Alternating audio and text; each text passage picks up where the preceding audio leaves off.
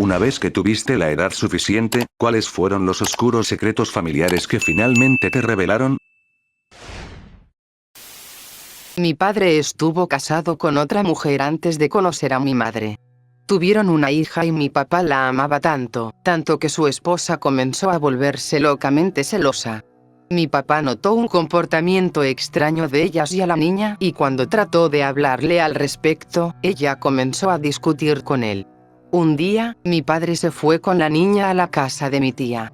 Ella sabía que mi papá dejaría a la niña con mi tía mientras él estaba en el trabajo, así que llamó a la policía y dijo que mi tía secuestró a su hija. La policía entró y le quitó la niña a mi tía.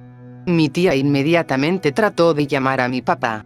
Pero la mujer condujo de regreso a casa, puso veneno en la leche de su propia hija y la obligó a beberla. Cuando mi papá llegó, encontró a su hija sola y ya muerta. La mujer nunca fue encontrada. Mi papá nunca tuvo justicia para su primera hija. Un poco triste. Luego, cuando nací, a mi madre no le importó ponerme el nombre de mi hermana. Compartimos el mismo nombre, y así es como lo descubrí. Le pregunté a mis papás mi nombre y me contaron toda la historia. Mi abuelastro siempre fue alcohólico. Cuando era niño, incluso me enseñó a preparar su bebida favorita. A los 6 años, mezclaba su bebida como a él le gustaba y se la llevaba a la sala de estar. No pregunten qué bebida, porque literalmente no puedo recordar, y mi abuelo siempre actuaba de una manera graciosa. Siempre me gustó pasar tiempo con él porque lo encontraba divertido. Así que nunca vi el lado malo de su alcoholismo y nunca me hizo beber ni nada, por lo que, en general, no tuvo ningún impacto negativo en mí, pero antes de que yo naciera, llegó a emborracharse tanto que amenazó con matar a mi abuela, y una vez, cuando tuvo un accidente automovilístico, llegó a casa y como sangraba mucho por la cabeza, comenzó a decir que mi abuela le había disparado. Incluso tiró algunas de las fotos de la boda que tenían mis padres. Nunca supe lo horrible que era. Tal vez porque le gustaban los niños o algo así. Me hacía chocolate y miraba Garfield conmigo cuando era niño, nunca fue una mala influencia en mi vida. Así que fue muy extraño para mí cuando descubrí estas cosas sobre él. Aunque antes de morir, realmente se arrepintió de haber bebido y dejó de hacerlo por completo. Él también estuvo bastante deprimido hasta que nació su nieta, biológica. Estaba tan feliz por su nieta. Murió arrepintiéndose de todo y siendo un hombre sobrio y feliz de haber podido conocer a su única nieta biológica. Independientemente de todo lo que hizo, realmente cambió al final y todos estaban tristes cuando murió.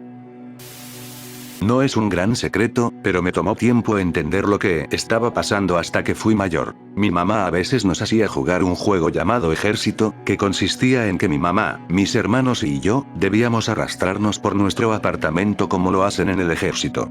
Una especie de juego al estilo de las escondidas. Ella gritaba, al suelo, al azar, y todos caíamos y buscábamos un escondite. Nos reíamos y reíamos mientras mi madre se arrastraba buscándonos. Nos encantaba mucho el juego. Me di cuenta hace unos años, mientras volvía a contar la historia, que vivíamos en un vecindario realmente terrible, y ella empezaba el juego cuando escuchaba disparos fuera del edificio. Supongo que estaba preocupada por las balas perdidas. El tío de mi papá murió en un accidente de navegación estando con sus primos. Mi familia me hizo saber que posiblemente sus primos lo ahogaron en medio del lago por problemas de dinero. Sin embargo, nunca se procesó a nadie y la familia sigue siendo muy unida. Extraño. Que mi primo favorito no estaba perdido. Todo lo que sabía mientras crecí, él era 13 años mayor que yo, era que iba y venía mucho. Vivió con nosotros cuando yo era una bebé y, después de que se mudó, nos visitaba de repente cada 6 meses más o menos, pero nunca lo visitábamos ni lo llamábamos. Sus visitas eran una de mis cosas favoritas en el mundo. Lo amaba como a un hermano. Cuando era adolescente entendí que él tenía problemas con sus padres. Lo habían echado a los 13 años y mis padres lo acogieron, pero ese tipo de infancia te afecta. Cuando visitaba a mis padres, evitaba al resto de la familia, se mudaba mucho y vivía sin trabajo por mucho tiempo, razón por la cual mis padres no siempre sabían dónde estaba. Pero en mi adolescencia tardía dejó de venir. Pregunté repetidamente si alguien había tenido noticias suyas y me dijeron que no. Pregunté si podía contactarlo y me dijeron que nadie tenía un número o una dirección.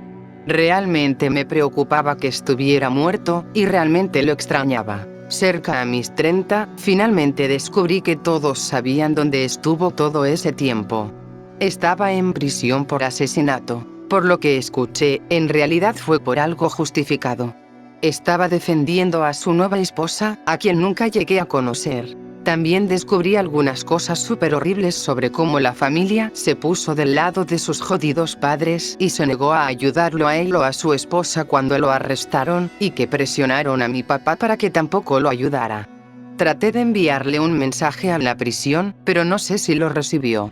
Desearía que supiera que no le di la espalda durante décadas como todos los demás. Simplemente no lo sabía. Me dijeron que el hermano mayor de mi madre había muerto en un accidente, se emborrachó y lo atropelló un tren, un montón de circunstancias lamentables, etc. Mi abuela solía mencionarlo con tristeza, porque lo consideraba un niño brillante, muy hábil y con una esperanzadora carrera en las artes. Era un adolescente cuando murió. Sin embargo, cada vez que surgía esta historia, el rostro de mi madre se endurecía y nunca hablaba de ello. Podía sentir que había algo que no se dijo, pero yo era un niño, así que realmente no cuestioné la historia. Mi mamá finalmente me confió hace aproximadamente un año, que su hermano abusó de ella y que no murió en un accidente, sino por suicidio. Mi abuela no tiene idea. Cuando tenía 3 o 4 años, mi tía y sus 3 hijos vinieron y vivieron con nosotros durante unas semanas. Una noche, mi mamá se quedó despierta y la encontré en el piso de abajo sentada en una silla mirando por la ventana. Un día, mi tía y los niños se mudaron y nunca más regresaron. Resulta que mi tía estaba pasando por un divorcio desagradable. Un día, ella estaba con los niños en su casa mientras empacaba cosas, y su esposo llegó. Encerró a los niños en una habitación, la apuñaló y luego se pegó un tiro. La razón por la que mi mamá se había quedado despierta con un arma aquella vez, fue porque lo había visto en nuestro patio trasero esa misma noche.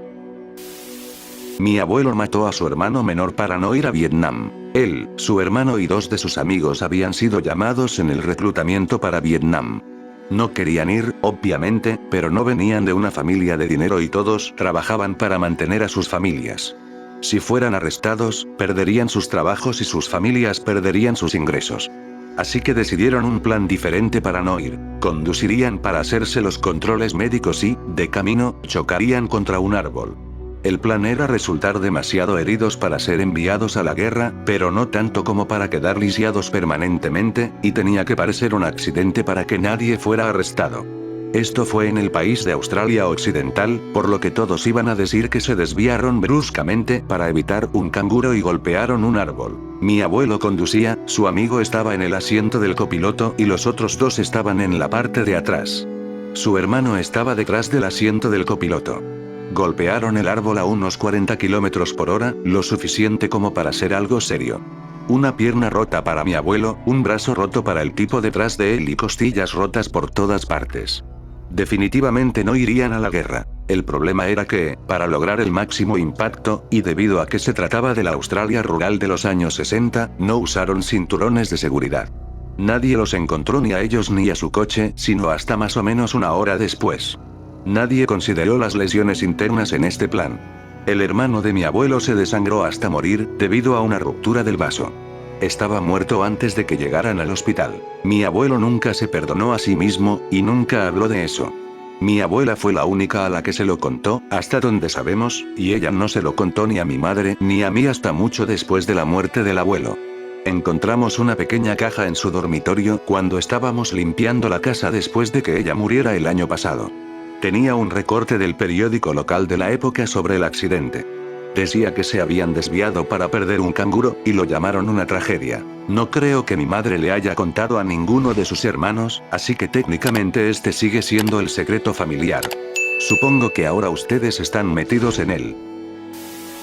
Mi abuela no decidió mudarse con nosotros porque nos amaba mucho y quería pasar más tiempo con nosotros.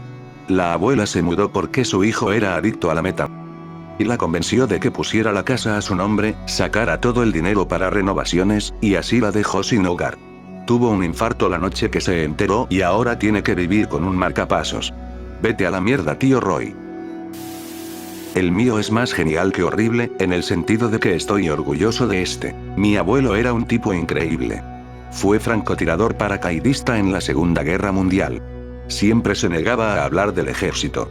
Más tarde me enteré de que fue dado de baja sin honores después de una lesión. Resulta que el sargento de su escuadrón era un completo bastardo. Tuvo que ir detrás de las líneas enemigas para establecer un puesto, y el avión volaba demasiado bajo para un salto seguro. Mi abuelo le protestó esto al sargento, quien procedió a empujarlo fuera del avión después de llamarlo cobarde. Tanto mi abuelo como su compañero de observación resultaron gravemente heridos en el aterrizaje. Su compañero, nunca lo conocí, quedó paralítico y perdió una pierna. Mi abuelo se rompió las dos, el brazo, la mano y algunas costillas. Ambos fueron rescatados poco después y trasladados a un hospital militar. Sin embargo, eso no fue lo que hizo que le dieran de alta. Resulta que el sargento apareció para visitarlos en la enfermería, y mi abuelo le dio 2 puñetazos en la cara con su única mano buena. Si hay que creerle a su único compañero del ejército que nunca conocimos, también estaba de visita en ese momento, mi abuelo derribó al bastardo. Gracias a eso, y además de sus heridas, el ejército lo envió a casa por el resto de la guerra. Nos enteramos más tarde después de que falleció y tuvimos que revisar sus cosas, un montón de recortes de periódicos y artículos sobre las personas involucradas que había guardado. El sargento también fue dado de baja después de que un incidente similar le costara la vida a otros 2 miembros de su escuadrón un año después. El hombre aparentemente se emborrachó hasta morir. Encontramos todas estas cartas escritas, pero no enviadas a su sargento. Encontramos fotos del escuadrón de mi abuelo y los 2 que murieron con él. Fue desgarrador. Nunca supe nada de esto. Era un tipo tan divertido, amable y tonto que nunca pensarías que le pasaría algo así. Ahora sé por qué mis padres siempre decían que nunca hablara del ejército mientras estaba con él. Te extraño, abuelo, yo también habría golpeado al bastardo.